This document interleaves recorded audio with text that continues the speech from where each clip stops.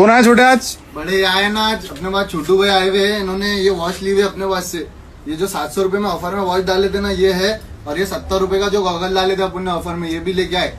और ये वाला 50 वाला ये भी लिए भाई ने। तो इन्होंने भाई ने 1000 रुपए की शॉपिंग करे, पूरी 1000 रुपए की शॉपिंग करे। तो अपने इनको एक परफ्यूम गिफ्ट करे।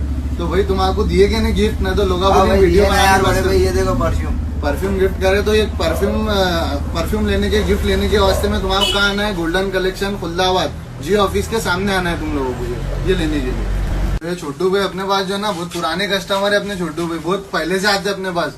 तो इनको ऑफर रेट में देते अपन पहले से, और अभी भी ऑफर रेट में दिए। तो छोटू भाई तुम्हारा कैसा लगा? सब रेट ठीक लगा ना तुमको? कुछ गड़बड़ है? एकदम कम रेट, एकदम बेहतरीन रेट। बड़े भाई बहुत पुराने दिन से आते। लोग बोल रहे भाई तुम कम में दे रहे तो क्वालिटी एकदम लो लेके आ जा रहे। तो क्वालिटी भी वही है, लो लेके आ रहे अपन? अरे भाई अच्छी क्वालिटी है ना, एक नंबर क्वालिटी अच्छी दे रहे ना।